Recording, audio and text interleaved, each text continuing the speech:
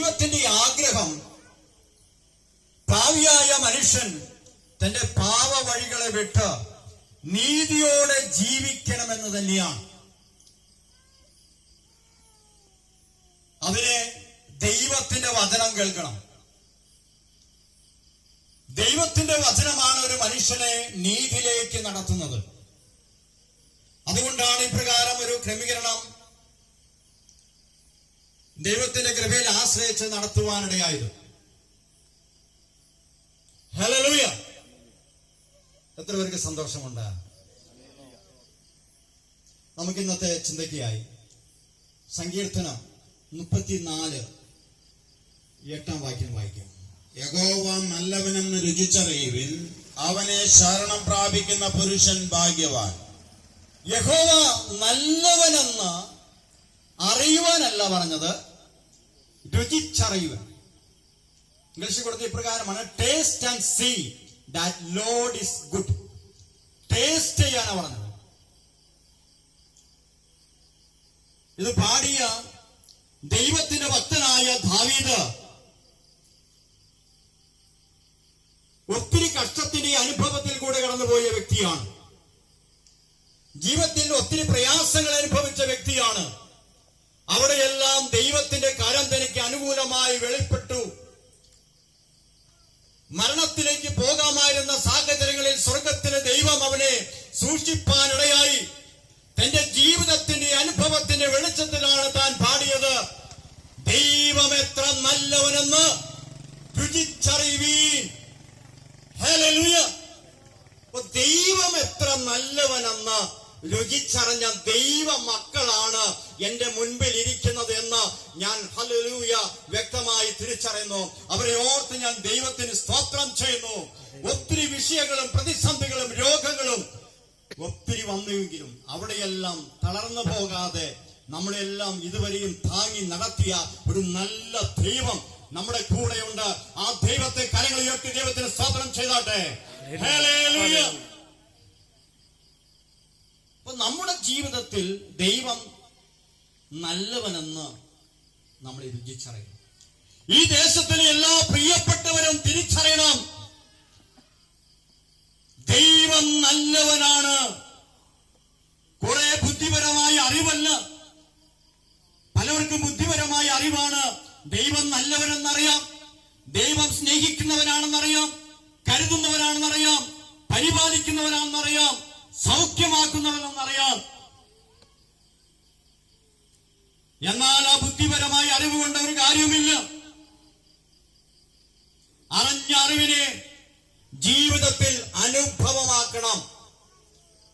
അനുഗ്രഹിക്കപ്പെട്ട സാക്ഷ്യങ്ങൾ ഏലിയാസ് ബ്രദറിൽ നിന്നും ഷാജി പത്രോസ് ദേവദാസിന് കേൾപ്പാനിടയായി.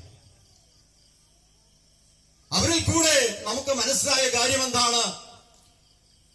അവരെ വിടുവിച്ച ഈ ദൈവമായി നല്ലൊരു ബന്ധമുണ്ടാകണം.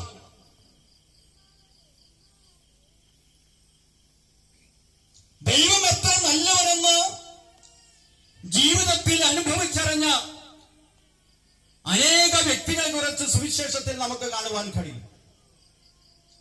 ചില വ്യക്തികളെ നിങ്ങളുടെ മുൻപിൽ പെട്ടെന്ന് കൊണ്ടുവരുവാൻ ഞാൻ കർത്താവിൽ ശരണപ്പെടുകയാണ്.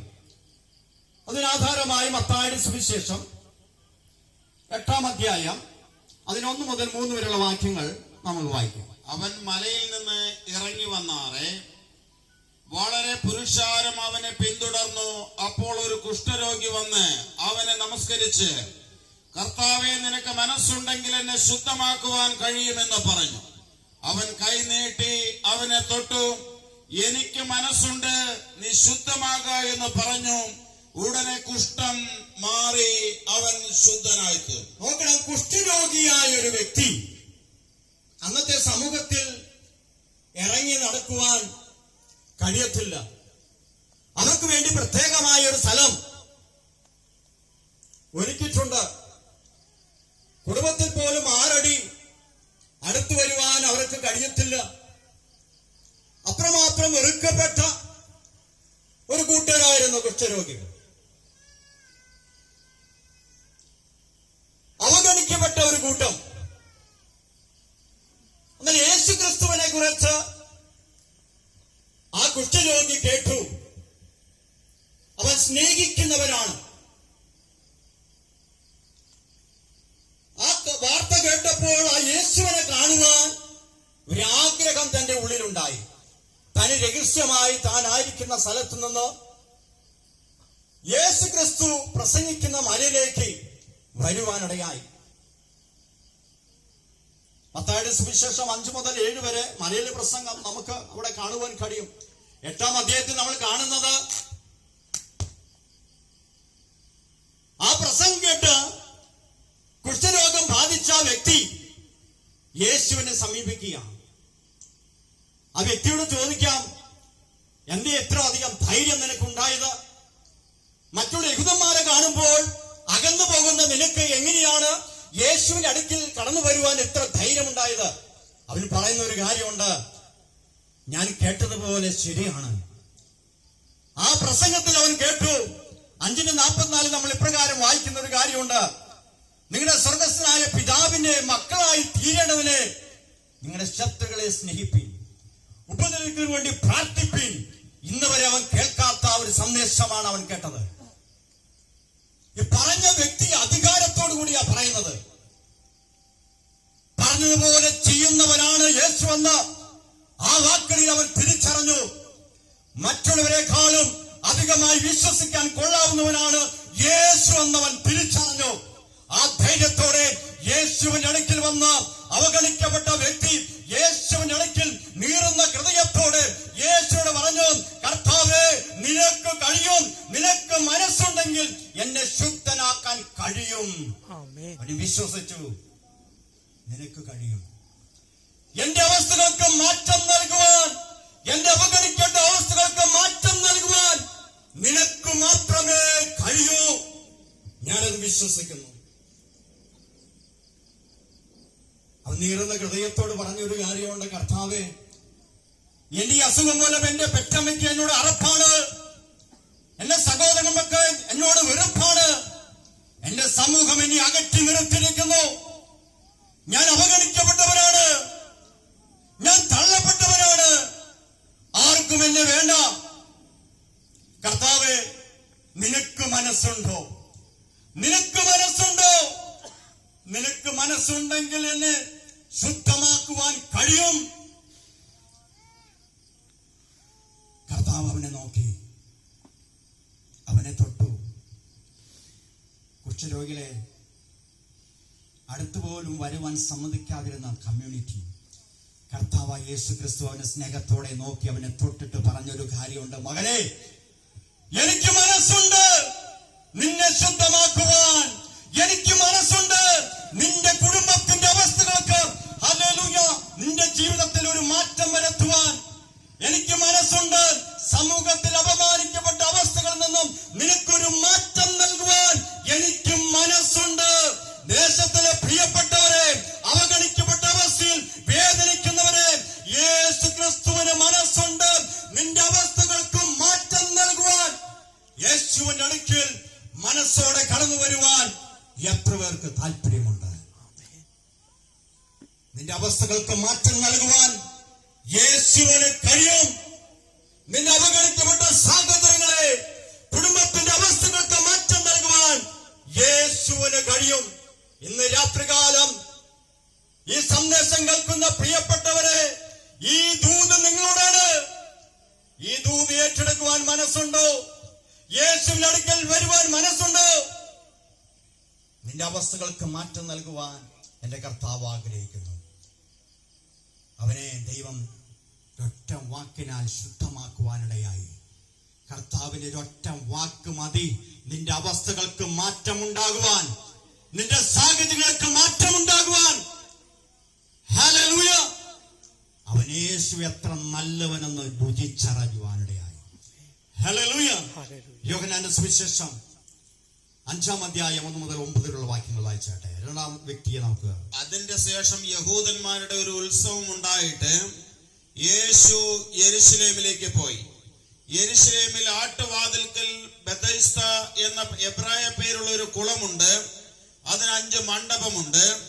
അവയിൽ യാതിക്കാർ, കുരുടർ, മുടന്തർ, ക്ഷയരോഗികൾ, ഇങ്ങനെ വലിയൊരു കൂട്ടം വെള്ളത്തിന്റെ ഇളക്കം കാത്തുകൊണ്ട് കിടന്നിരുന്നു. അതത് സമയത്ത് ഒരു ദൂതൻ കുളത്തിലിറങ്ങി വെള്ളം കലക്കും. വെള്ളം കലങ്ങിയ ശേഷം ആദ്യം ഇറങ്ങുന്നവന് ഏത് യാതി പിടിച്ചിരുന്നവനായാലും അവന് സൗഖ്യം വരും.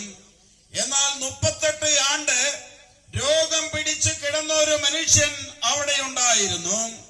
അവൻ കിടക്കുന്നത് യേശു കണ്ടു.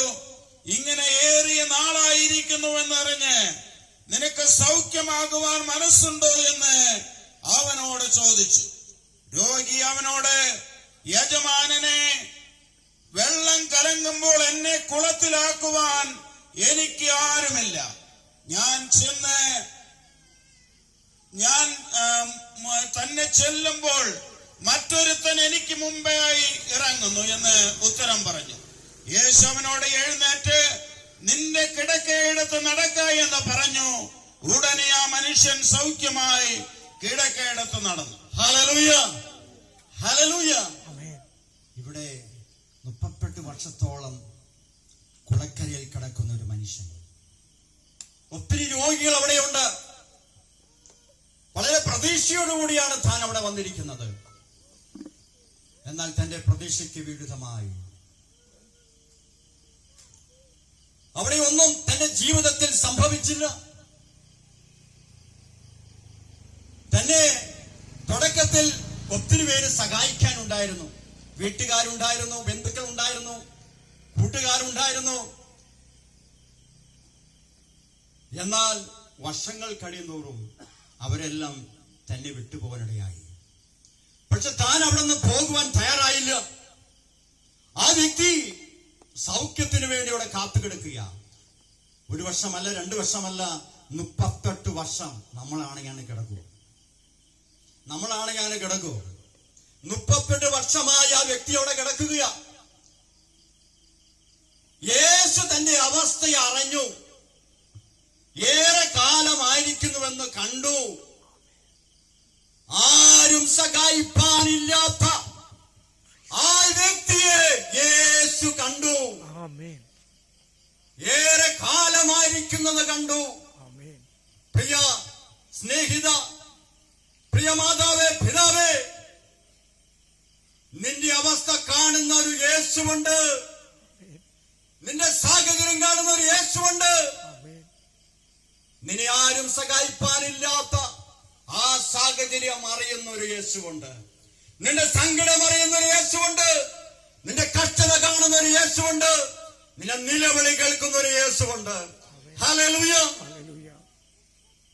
യേശു ക്രിസ്തു അവന്റെ അടുക്കൽ വന്ന് ചോദിച്ചൊരു ചോദ്യം, നിനക്ക് സൗഖ്യമാകുവാൻ മനസ്സുണ്ടോ? അവൻ പറഞ്ഞൊരു കാര്യം, എന്നെ സഹായിപ്പാൻ ആരുമില്ല. എനിക്ക് ആരുമില്ല. എന്നെ സ്നേഹിപ്പാൻ ആരുമില്ല. എന്നെ കൈത്താങ്ങുവാൻ ആരുമില്ല. ഒത്തിരി കുടുംബത്തിന് വേണ്ടി ഞാൻ അധ്വാനിച്ചതാ. എന്റെ മക്കൾക്ക് വേണ്ടി ഞാൻ അധ്വാനിച്ചതാ. ഇപ്പോൾ ഈ അസുഖം വന്നപ്പോൾ, തളർന്ന ഈ അനുഭവത്തിൽ ഞാൻ കടന്നു പോകുമ്പോൾ എന്നെ ആർക്കും വേണ്ട. എന്നെ സഹായിപ്പാൻ ആരുമില്ല.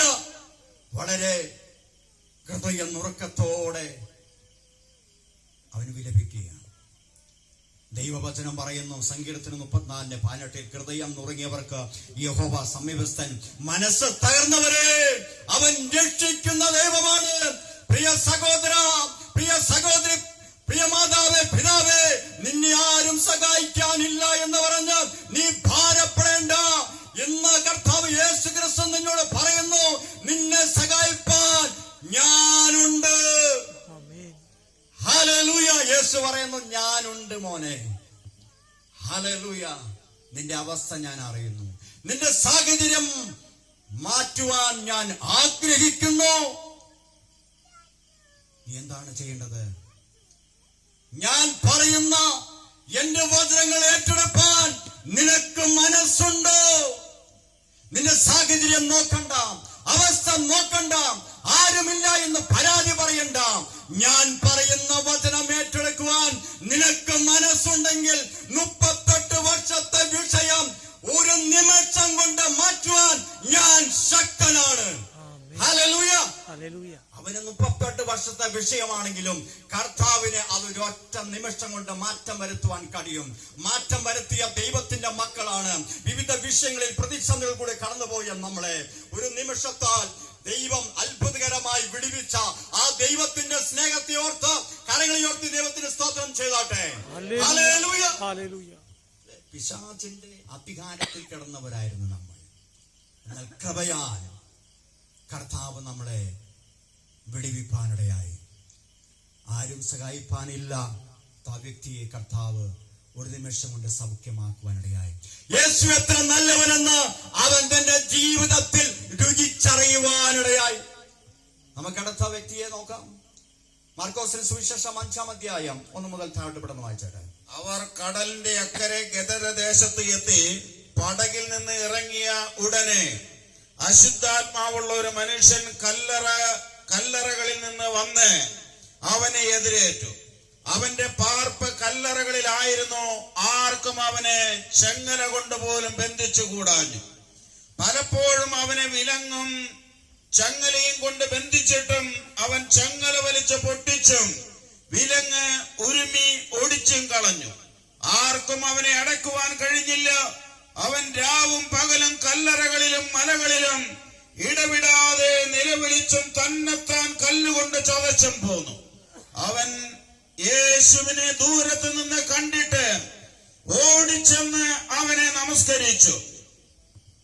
ഇവിടെ നമുക്ക് കാണുവാൻ കഴിയുന്ന ഒരു കാര്യം, ഭൂതം ബാധിച്ച ഒരു വ്യക്തി, മാനസിക നില തെറ്റിയ ഒരു വ്യക്തി,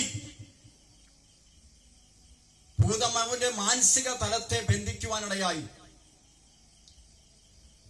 6000 ഭൂതം അവനെ ബാധിച്ചു. ആർക്കും കീഴടങ്ങാത്ത ഒരു സ്വഭാവത്തിന് ഉടമയായിരുന്നു. ആർക്കും കീഴടങ്ങാത്ത ഒരു സ്വഭാവം ഉണ്ടെങ്കിൽ മനസ്സിലാക്കണം, ഒരു ബന്ധനം നമ്മുടെ മേലുണ്ട്. മാത്രമല്ല അവനെ കുറിച്ച് പറഞ്ഞിരിക്കുന്നത് അവൻ നഗ്നനായിരുന്നു എന്നാണ്. 6000 ഭൂതമുള്ളവൻ നഗ്നനായിരുന്നു. അപ്പോൾ അർദ്ധനഗ്നനാണെങ്കിൽ 3000 ഭൂതം ഉണ്ടാകാം. അതിന് താഴെയാണെങ്കിൽ ഒരു 1500 നമുക്ക് കൂട്ടാം. കഴിഞ്ഞില്ല. അവനൊരു ലക്ഷ്യമില്ലായിരുന്നു. മലകളിലും കാടുകളിലും അലഞ്ഞു തിരിയുന്ന ഒരു അനുഭവം.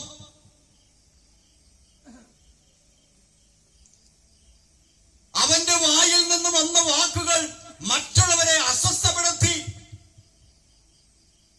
അതുകൊണ്ട് പിശാച് ബന്ധിച്ച അവനെ, മാനസിക തലത്തിൽ ബന്ധിച്ച അവനെ മനുഷ്യർ ശരീരത്തെ ബന്ധിക്കുവാനിടയായി. പിശാച് മാനസിക തലത്തിൽ ബന്ധിച്ചപ്പോൾ മനുഷ്യൻ ശരീരത്തെ ബന്ധിച്ചു. അവന്റെ നിലവിളി യേശു കേട്ടു.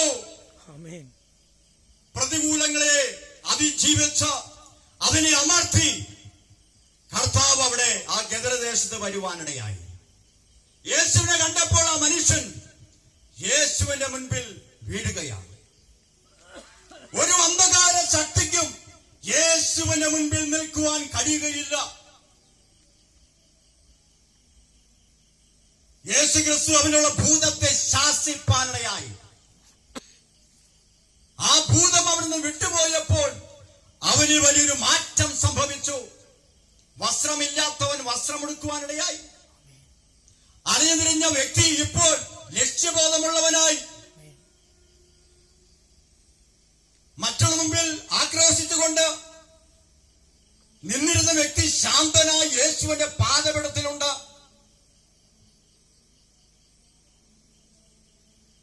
മറ്റുള്ളവർക്ക് ഉപദ്രവം ചെയ്തിരുന്നവൻ, അവന്റെ വാക്കുകൾ കൊണ്ട് അനേകരെ വേദനിപ്പിച്ചവൻ ഇപ്പോൾ വിടുതൽ പ്രാപിച്ചപ്പോൾ അവൻ മറ്റുള്ളവർക്ക് ഒരു അനുഗ്രഹമാക്കി ദൈവം മാറ്റി. അവന്റെ വാക്കുകളിൽ മറ്റുള്ളവർക്ക് അനുഗ്രഹം വരുവാനിടയായി. യേശു ക്രിസ്തു തൊട്ടുകഴിഞ്ഞാൽ ഏതു മാനസികമായ അനുഭവത്തിൽ നിന്നും പൂർണ്ണമായ മോചനം ലഭ്യമാകുവാനിടയായി തീരും. അണിഞ്ഞതിരിഞ്ഞുന്ന അനുഭവത്തിൽ ലക്ഷ്യബോധമില്ലാതെ വല്ലാത്ത അവസ്ഥയിൽ കഴിയുന്ന പ്രിയ യുവാവേ, പ്രിയ സഹോദര, നിന്റെ അവസ്ഥയ്ക്ക് മാറ്റം നൽകുവാൻ എന്റെ ദൈവത്തിനു കഴിയും.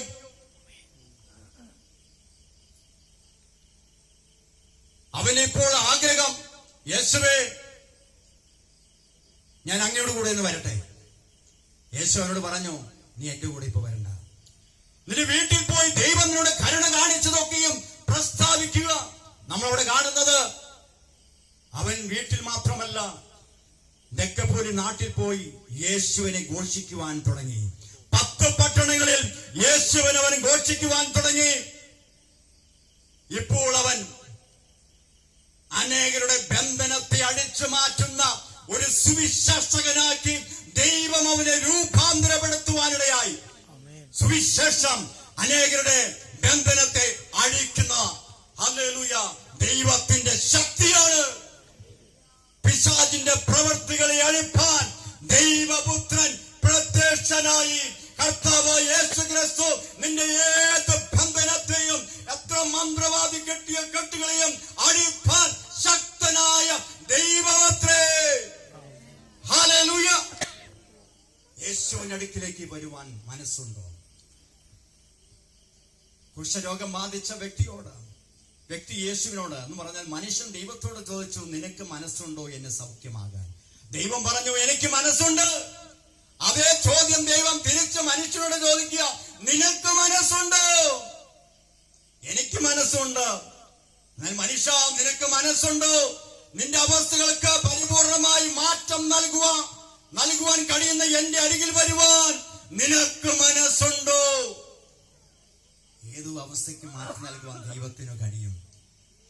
ഒത്തിരി കാര്യങ്ങൾ, സമയം മുന്നോട്ട് പോയല്ലോ, ഒത്തിരി കാര്യങ്ങൾ തലമുറകൾക്ക് വേണ്ടി കരഞ്ഞ മാതാവിന്റെ കണ്ണുനീർ കണ്ട കർത്താവ് നല്ല വിധവയുടെ മകന് ദൈവം ജീവൻ കൊടുപ്പാനിടയായി. പള്ളി പ്രമാണിത്വമൊക്കെ മാറ്റിവെച്ചിട്ട് തന്റെ മകളുടെ വിടുതലിന് വേണ്ടി കർത്താവിന് മുമ്പിൽ വീണ യായിറോസിന് വേണ്ടി ദൈവം അത്ഭുതം ചെയ്യുവാനിടയായി. മനുഷ്യർക്കാർക്കും പരിഹരിക്കാൻ കഴിയാത്ത നിന്റെ തലമുറയുടെ വിഷയത്തെ പരിഹരിപ്പാൻ എന്റെ ദൈവത്തിനു കഴിയും. അതിനെ ചെയ്യേണ്ടത് കണ്ണുനീരോടെ ദൈവസന്നിധിയിൽ പ്രാർത്ഥിക്കുക എന്നതാണ്. ഒരു ദൈവാസൻ പറഞ്ഞ ഇപ്രകാരമാണ്, ഒരു ചിപ്പ് ഇപ്പൊ അറിയാം. ചിപ്പ് എന്ന് പറയുമ്പോൾ ഒരു നെൽമണിയുടെ വലിപ്പമേ ഉള്ളൂ. അതിനകത്ത് പ്രത്യേക ലിപിയൊന്നും എഴുതിയിട്ടില്ല. എന്നാൽ അത് സ്കാൻ ചെയ്ത് നോക്കിയാൽ, പെട്ടെന്ന് നോക്കിക്കഴിഞ്ഞാൽ ലിപിയൊന്നും നമുക്ക് കാണാൻ പറ്റില്ല. സ്കാൻ ചെയ്താൽ നമ്മുടെ എല്ലാ ഡീറ്റെയിൽസും അതിനകത്ത് കാണുവാൻ കഴിയും. അദ്ദേഹം പറഞ്ഞ പ്രകാരമാണ് അതിനോട് അനുബന്ധിച്ച് നമ്മുടെ കണ്ണുനീർ, അതിനകത്ത് പ്രത്യേക ലിപിയൊന്നുമില്ല. പക്ഷെ അത് ആരുടെ കണ്ണുനീരാണെന്നും അത് എന്തിനു വേണ്ടിയാണ് കണ്ണുനീര് ഒഴിക്കുന്നതെന്നും സ്വർഗത്തിലെ ദൈവം അറിയുന്നു. കർത്താവ് പറയുന്നു, നിന്റെ കണ്ണുനീർ ഞാൻ തുരുത്തിയിലാക്കി വയ്ക്കുന്നു. ഹല്ലേലൂയ. നമ്മുടെ കർത്താവ് എത്ര നല്ലവനാണ്. ഏതു അവസ്ഥയ്ക്ക് മാറ്റം വരുത്തുവാൻ കഴിവുള്ള നല്ലവനായ ദൈവം. ഹല്ലേലൂയ. ഒരു ഭാവണി വായിച്ചാട്ടെ. ലൂക്കോസിന് സുവിശേഷം 7:36. അവിടെ ഭാവനിയായ ഒരു സ്ത്രീയെ നമുക്ക് അവിടെ കാണുവാൻ കഴിയും. പരീശന്മാരിൽ ഒരുത്തൻ തന്നോടുകൂടെ ഭക്ഷണം കഴിപ്പാൻ അവനെ ക്ഷണിച്ചു. അവൻ പരീശന്റെ വീട്ടിൽ ചെന്ന് ഭക്ഷണത്തിനിരുന്നു. ആ പട്ടണത്തിൽ പാപിയായ ഒരു സ്ത്രീ അവൻ പരീശന്റെ വീട്ടിൽ ഭക്ഷണത്തിനിരിക്കുന്നത് അറിഞ്ഞ് ഒരു വെൺകൽ ഭരണി പരിമള തൈലം കൊണ്ടുവന്നു. പുറകിൽ അവന്റെ കാൽക്കൽ കരഞ്ഞുകൊണ്ട് നിന്നു. കണ്ണുനീർ കൊണ്ട് അവന്റെ കാൽ നനച്ചു തുടങ്ങി.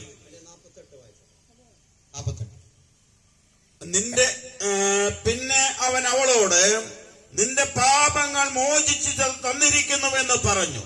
അവനോടുകൂടെ പന്തിയിലിരുന്നവർ പാപമോചനവും കൊടുക്കുന്ന ഇവനാരെന്ന് തമ്മിൽ പറഞ്ഞു തുടങ്ങി.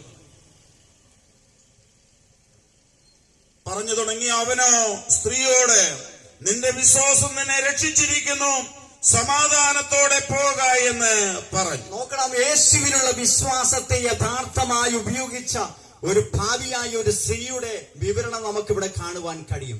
മറ്റു പലവരും സൗഖ്യത്തിന് വേണ്ടി ഒക്കെ യേശുവിനുള്ള വിശ്വാസത്തെ ഉപയോഗിച്ചപ്പോൾ യേശുവിനുള്ള വിശ്വാസത്തെ യഥാർത്ഥമായി ഉപയോഗിച്ച ഈ സ്ത്രീയെ പരിശുദ്ധാത്മാവ് ലൂക്കോസിന്റെ സുവിശേഷത്തിൽ വളരെ വ്യക്തമായി എടുത്തു കാണിക്കുകയാണ്.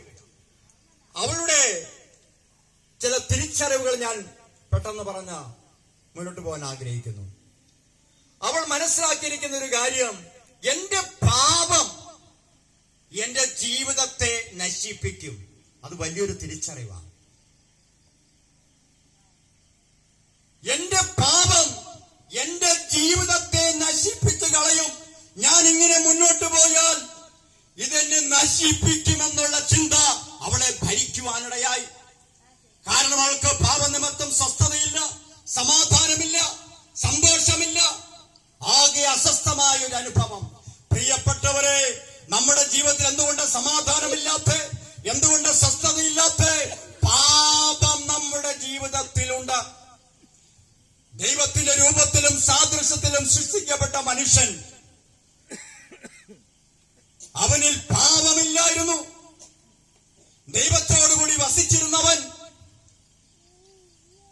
അവനിൽ പാപമില്ലായിരുന്നു. എന്നാൽ ദൈവത്തിന്റെ വാക്കിനേക്കാളും പിശാചിന്റെ വാക്കിനെ അവൻ അനുസരിച്ചപ്പോൾ പാപം അവന്റെ ജീവിതത്തിൽ പ്രവേശിപ്പാനിടയായി. പാപം പ്രവേശിച്ചപ്പോൾ ദൈവത്തിന്റെ തേജസ് അവനിൽ നിന്ന് മാറി. ദൈവമായ ബന്ധം നഷ്ടപ്പെട്ടു. ആ ബന്ധം നഷ്ടപ്പെട്ടപ്പോൾ അവന് നഷ്ടമായത് ദൈവം നൽകുന്ന സമാധാനമാണ്, സന്തോഷമാണ്, സ്വസ്ഥതയാണ്. അതെല്ലാം അവന് നഷ്ടപ്പെടുവാനിടയായി. അതുമൂലം അവന്റെ ജീവിതത്തിൽ പാപം അധികമധികമായി വർദ്ധിച്ചു വരുവാനിടയായി. കോപം വന്നു, ക്രോധം വന്നു, മത്സര ബുദ്ധി വന്നു, അഹങ്കാരം വന്നു, ദ്രവ്യാഗ്രഹം വന്നു. മാതാപിതാക്കളെ അനുസരിക്കാത്തൊരു അനുഭവത്തിലേക്ക് തലമുറകൾ മുന്നോട്ട് പോകാനിടയായി. അങ്ങനെ ഒത്തിരി ഒത്തിരി പാപങ്ങൾ മനുഷ്യനെ വലയം വയ്ക്കുവാനിടയായി. ഈ പാപത്തിന്റെ സ്വാധീന വലയത്തിൽ മനുഷ്യൻ കിടക്കുമ്പോൾ പരിശുദ്ധനായ ദൈവം പാപത്തെ വെറുക്കുന്നവനാണ്. നീതിമാനായ ദൈവം പാപത്തിന് ശിക്ഷ വിധിച്ചു. പാപം ചെയ്യുന്ന ദേഹി മരിക്കണം. ആദം പാപം ചെയ്തതുകൊണ്ട് അവന്റെ രക്തത്തിൽ കൂടെ സകല സന്തതികളും ആ പാപത്തിൽ പിറക്കുവാനിടയായി. അവൻ ജന്മന പാപിയാണ്. ദൈവവചനം പറയുന്നു, റോമലേഖനം 5:12 പറയുന്നു, ഏക മനുഷ്യനാൽ പാപവും പാപത്താൽ മരണവും ലോകത്തിൽ പരന്നു. റോമലേഖനം 3:23 പറയുന്നു, എല്ലാവരും പാപം ചെയ്ത് ദൈവ തേജസ് ഇല്ലാത്തവരായി തീർന്നു. അതുകൊണ്ട് സംഭവിച്ച കാര്യം, അതിന് 3:10 താഴെ ഒത്തിരി കാര്യങ്ങൾ നമുക്ക് കാണുവാൻ കഴിയും. അവർക്ക് ദൈവഭയമില്ല, സമാധാന മാർഗം അവർക്ക് അറിയത്തില്ല.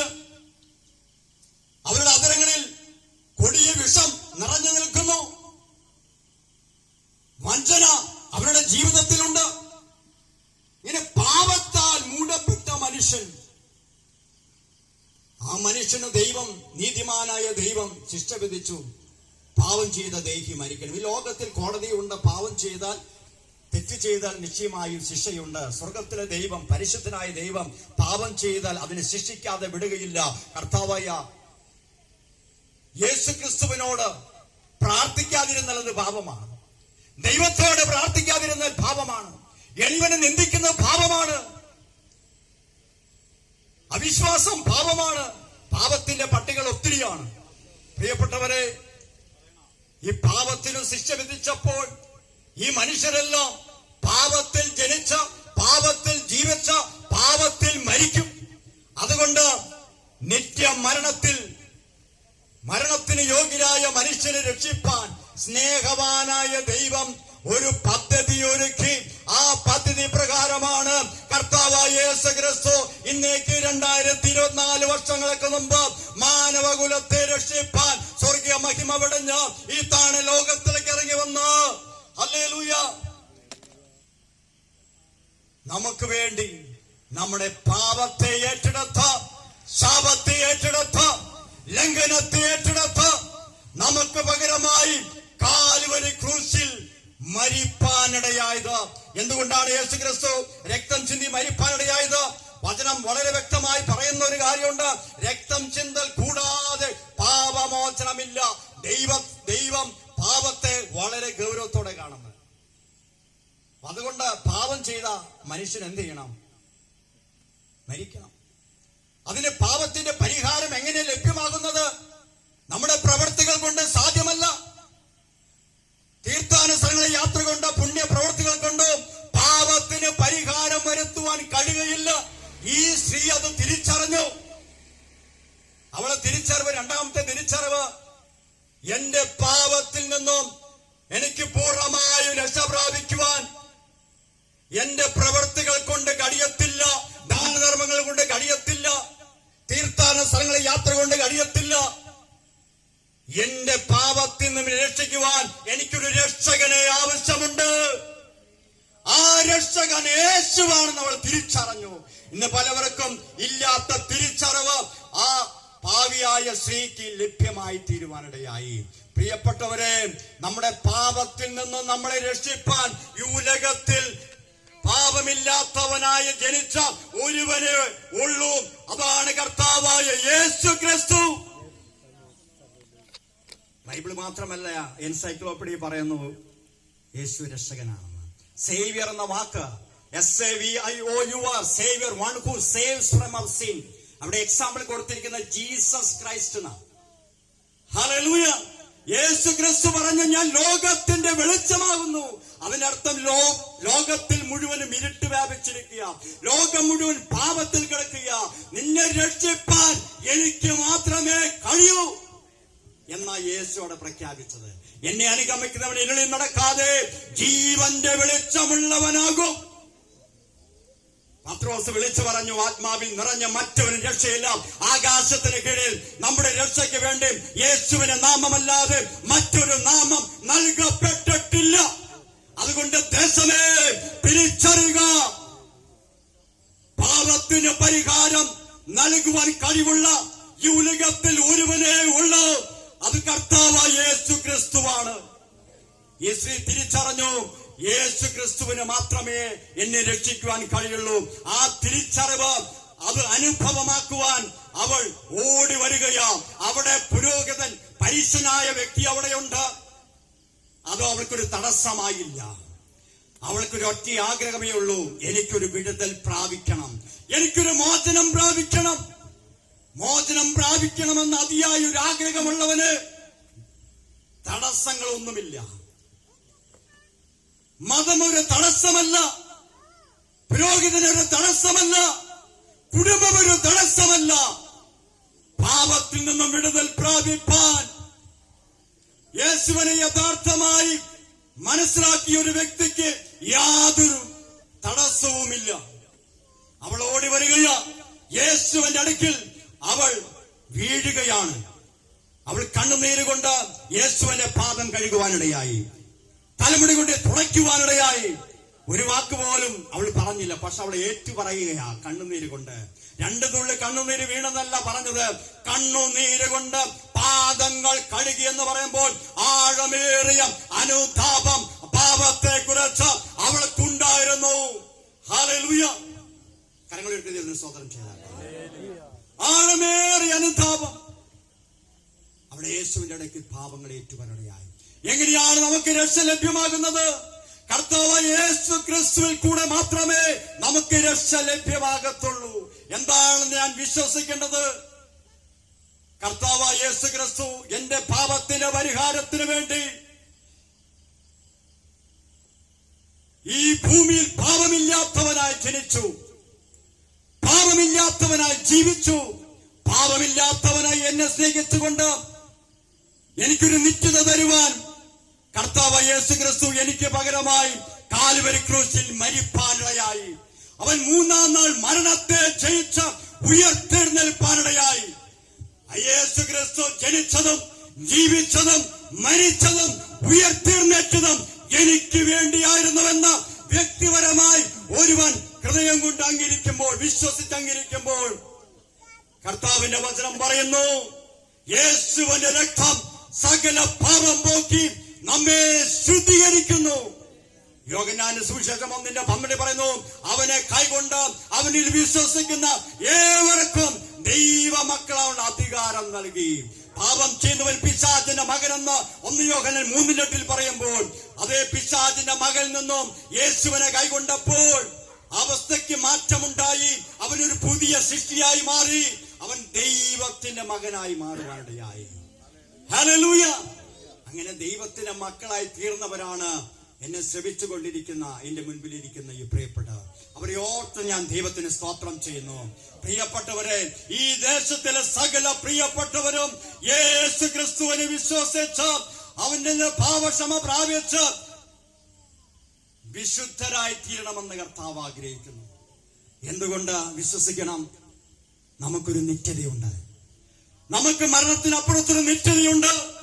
ആ നിത്യതയിൽ പോകണമെങ്കിൽ യേശു ക്രിസ്തുവിൽ കൂടെ പാപക്ഷമ പ്രാപിക്കേണ്ടത് ഏറ്റവും അനിവാര്യമാണ്. വേറെ ഒരുവനില്ല നമുക്ക് നിത്യത തരുവാൻ. കർത്താവ് പറഞ്ഞ ഏറ്റവും വലിയ വാഗ്ദാനം എന്താണ്? എന്നിൽ വിശ്വസിക്കുന്നവന് നിത്യമായ ജീവനുണ്ട്, എവർലാസ്റ്റിംഗ് ലൈഫ്. പ്രിയപ്പെട്ടവരെ, നമ്മുടെ മരണം ഏത് സമയത്തും സംഭവിക്കും നമുക്കറിയത്തില്ല. അടുത്ത നിമിഷം സംഭവിക്കാം. എന്നാൽ മരണത്തിന് മുന്നമേ ഈ ഭൂമി ലഭിച്ചിരിക്കുന്ന സമയം തക്കത്തിൽ ഉപയോഗിക്കുവാൻ ഈ ദേശത്തിലെ പ്രിയപ്പെട്ടവരോട് ദൈവാത്മാവിൽ ഞാൻ വിളിച്ചു പറയുന്നു. നിന്നെ രക്ഷിക്കുന്ന ഒരു രക്ഷകനുണ്ട്. അവനത്രേ യേശു ക്രിസ്തു. പാപത്തിന്റെ പരിഹാരത്തിന് വേണ്ടി നിന്റെ പ്രവൃത്തികൾ, ആ പ്രവൃത്തികൾ കൊണ്ട് പാപത്തിന് പരിഹാരം വരികയില്ല. യേശു ക്രിസ്തുവിനുള്ള വിശ്വാസത്താൽ മാത്രമേ ആ പാപത്തിന് പരിഹാരം വരികയുള്ളൂ. അതുകൊണ്ട് കർത്താവ് യേശു ക്രിസ്തുവിൽ വിശ്വസിച്ചുകൊണ്ട് പാപക്ഷമ പ്രാപിച്ച് യേശു നൽകുന്ന സമാധാനവും സന്തോഷവും നിത്യജീവനും പ്രാപിച്ച് പ്രത്യാശയോടെ ജീവിക്കുവാൻ ഈ ദേശത്തിലെ പ്രിയപ്പെട്ടവരോട് ഞാൻ ആഹ്വാനം ചെയ്യുകയാണ്. വിശ്വസിച്ചില്ലെങ്കിൽ എന്താ കുഴപ്പം? ദൈവവചനം പറയുന്നു, വെളിച്ചം ലോകത്തിൽ വന്നിട്ടും വെളിച്ചത്തെ സ്വീകരിക്കാതെ ഇരുളിൽ വസിച്ചാൽ ന്യായവിധി വന്നു കഴിഞ്ഞു. പ്രിയപ്പെട്ടവരെ, ന്യായവിധിയിലാകുവാനല്ല ഈ സന്ദേശം കേൾപ്പിക്കുന്നത്. അവിടെ വചനം പറയുന്നത് ഇരുളിനെ സ്നേഹിച്ചു എന്നതിനേക്കാൾ അവിടെ പറയുന്ന ഒരു കാര്യം, വെളിച്ചത്തെക്കാൾ ഇരുളിനെ സ്നേഹിച്ചത് കൊണ്ട് ന്യായവിധി വന്നു കഴിഞ്ഞു. പ്രിയപ്പെട്ടവരെ, ഒരു ന്യായവിധിയിൽ പെട്ടുപോകാതെ കർത്താവ് യേശു ക്രിസ്തുവിന്റെ രക്തത്താൽ വീണ്ടെടുക്കപ്പെട്ട ഒരു അനുഭവം പ്രാപിപ്പാൻ പ്രിയപ്പെട്ടവരെ നിങ്ങൾക്ക് നിങ്ങളെ തന്നെ സമർപ്പിക്കുവാൻ കഴിയുമോ? കർത്താവിന്റെ വരവ് ഏറ്റവും അടുത്ത് വന്നിരിക്കുന്നു. ലോക സംഭവങ്ങൾ അത് വിളിച്ചറിയിക്കുന്നു. നമുക്ക് രക്ഷ പ്രാപിക്കാനുള്ള ദിവസമാണ് ഇന്ന്. നാളെ എന്നുള്ളത് നമ്മുടെ ദിവസമല്ല. അടുത്ത നിമിഷം എന്ത് സംഭവിക്കും നമുക്കറിയത്തില്ല. ഇന്നാണ് രക്ഷാദിനം, ഇന്നാണ് ആ സുദിനം. ഒന്ന് ഏൽപ്പിച്ചു കൊടുക്കാൻ കഴിയുമോ? കർത്താവിന്റെ വരവ് ഏറ്റവും അടുത്തിരിക്കുന്നു. ഒന്നാമത്തെ വരവ് പാപികൾക്ക് വേണ്ടിയായിരുന്നുവെങ്കിൽ കർത്താവിന്റെ രണ്ടാമത്തെ വരവ് കർത്താവ് തന്റെ വിശുദ്ധന്മാരെ ചേർക്കുവാൻ, യേശുവിന്റെ രക്തത്താൽ വീണ്ടെടുക്കപ്പെട്ട വിശുദ്ധിയോടെ ജീവിക്കുന്ന വിശുദ്ധരെ ചേർക്കുവാനാണ് യേശു ക്രിസ്തു വരുന്നത്. ആ വരവെങ്കിൽ എടുക്കപ്പെടുവാൻ തക്കവണ്ണം ഇന്ന് ഈ രാത്രികാലം ഒരു നിമിഷം ദൈവസന്നിധിയിൽ നിങ്ങളെ തന്നെ ഏൽപ്പിച്ചു കൊടുക്കാൻ തയ്യാറാകുമോ? എന്നോട് ചേർന്ന് പ്രാർത്ഥിക്കാൻ മനസ്സാകുമോ? നിശ്ചയമായും കർത്താവ് നിങ്ങളുടെ സകല പാപത്തെ ക്ഷമിച്ച് ഇന്നൊരു പുതിയ വ്യക്തിയാക്കി മാറ്റി സമാധാനമുള്ള സന്തോഷമുള്ള ഒരു വ്യക്തിത്വത്തിന്റെ ഉടമയാക്കി മാറ്റുവാനിടയാകും. എന്നോട് ചേർന്ന് പ്രാർത്ഥിക്കാൻ മനസ്സാകുമോ? നിങ്ങൾക്ക് വേണ്ടി ഒരു വാക്ക് ഞാൻ പ്രാർത്ഥിപ്പാൻ ആഗ്രഹിക്കുന്നു.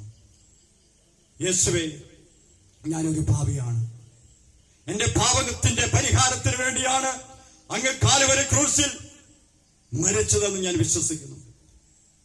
കർത്താവേ, അങ്ങ് മരിച്ചു 3-ാം നാൾ മരണത്തെ ജയിച്ച് ഉയർത്തെഴുന്നേറ്റു എന്ന് ജീവിക്കുന്നുവെന്ന് ഞാൻ വിശ്വസിക്കുന്നു. അങ്ങ് ജനിച്ചതും മരിച്ചതും ഉയർത്തെഴുന്നേറ്റതും എനിക്ക് വേണ്ടിയാണെന്ന് ഞാൻ പരിപൂർണമായി വിശ്വസിക്കുന്നു. കർത്താവേ, എന്റെ ലംഘനങ്ങൾ ക്ഷമിക്കണമേ, എന്റെ അതിക്രമങ്ങൾ ക്ഷമിക്കണമേ, എന്റെ പോരായ്മകൾ ക്ഷമിക്കണമേ, എന്റെ അറിവില്ലായ്മ ക്ഷമിക്കണമേ. അങ്ങയുടെ രക്തത്താൽ എന്നെ കഴുകണമേ, എന്നെ ശുദ്ധീകരിക്കണമേ.